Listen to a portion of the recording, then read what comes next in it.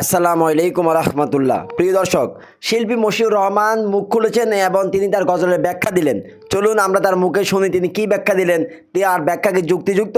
কারণ এই ফিতনার মূল উৎস তো তিনি। চলুন তার ব্যাখ্যাটা আমরা শুনি।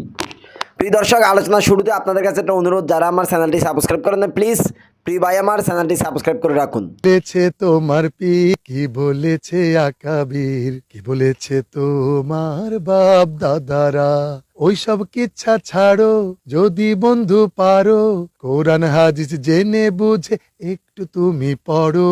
আমাদের সমাজ অসংখ্য পীররা আছে যারা ধোকা দিচ্ছে আমাদের। আমি মশিউর রহমান কোনোদিন ঐক্য ছাড়া ঐক্য বিনষ্ট হয় এমন কোনো কাজ আমি কখনোই করতে চাই না, করবো না ইনশাল্লাহ। ধন্যবাদ জানাচ্ছি এবং যারা আমার কথা শুনছেন।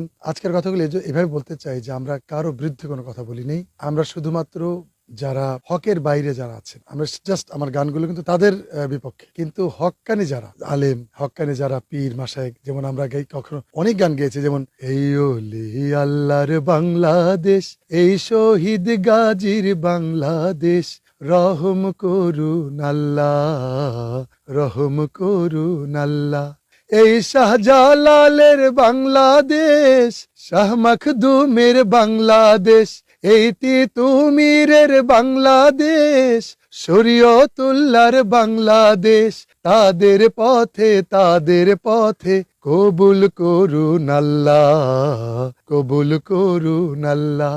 এরকম অসংখ্য গান, এরকম ওলি আল্লাহ নিয়ে আমার অনেক গান আছে। আপনারা ইউটিউবে সার্চ করুন, বুঝতে পারবেন যে আমার গানের উদ্দেশ্য আসলে কারো বিরুদ্ধে নয়। আমি শুধুমাত্র বোঝাতে চেয়েছি কোরআনকে গুরুত্ব দিতে হবে এবং হাদিসকে গুরুত্ব দিতে হবে। হাদিসকে গুরুত্ব দেওয়া মানে তো হাদিসের সঙ্গে সমস্ত সাহাবী আকরাম চলে আসবে। সবার আগে কোরআন এবং হাদিস। রাসূলুল্লাহ সাল্লাল্লাহু আলাইহি ওয়াসাল্লাম বিদায় হজের লাস্ট ভাষণ আরাফার ময়দানে তিনি 1,14,000 লোকের সামনে যে ভাষণ দিয়েছিলেন, যে তোমাদের সামনে আমি দুটো জিনিস রেখে গেলাম। এটা সবচেয়ে গুরুত্বপূর্ণ তার মেসেজ ছিল। সে কোন দুটো জিনিস? একটা হচ্ছে মহাগ্রন্থ আল কোরআন, এবং আমি আমার জীবনের যে আদর্শ সুন্নাহ, এই দুটো জিনিস তোমরা আঁকড়ে ধরো, এর বাইরে আর কিছু ধরার দরকার নেই। এই দুটো জিনিসকে সবচেয়ে বেশি আমাদেরকে গুরুত্ব দিতে হবে। এই দুটো জিনিসের পরে নেই পীর আকাবির, এরা তো আমাদের জাস্ট শিক্ষক, এরা আমাদের দুনিয়াবী শিক্ষক, কিন্তু যারা ভ্রান্ত, যারা পথ ভ্রষ্ট হিসেবে যারা চলছেন, আমার কথাই হচ্ছে তাদের বিরুদ্ধে। এখানে আমি কিন্তু সবসময় হক্কানীদের পক্ষে। কি বলেছে তোমার পীর, কি বলেছে আকাবির, কি বলেছে তোমার বাপ দাদারা, ওইসব কিচ্ছা ছাড়ো,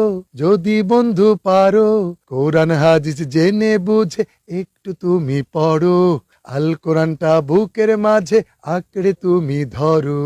শয়তানও যে অলি সেজে দিতে পারে ধোকা, শয়তান অলি সেজে ধোকা দিতেই পারে। আমাদের সমাজ অসংখ্য পীররা আছে যারা ধোকা দিচ্ছে আমাদেরকে, আমরা সমাজে দেখতে পাচ্ছি। কারণ তারা বিভেদ তৈরি করছে, তারা ধর্মের বিভিন্ন রকম এমন কিছু আবির্ভাব করছে যেগুলো আমাদের ইসলামকে খাটো করছে। এখন ধর্মকে নিয়ে ব্যবসা করছে, এটার সংখ্যা বেশি। আমার কথা এমন হয় যে পীর আকাবিরকে আমি বয়কট করেছি, না, এটা ভুল। আমি তো আমার লাস্টের কথাটা বলেই দিয়েছি যে যাচাই করো, কোরআন হাদিসের ভিত্তিতে যাচাই করে এরপরে তুমি তোমার দিনকে বেছে নাও। যারা আমাকে ভুল বুঝেছেন, যারা। প্রিয় দর্শক, আপনারা মশিউর রহমানের মুখে তার ব্যাখ্যা শুনলেন।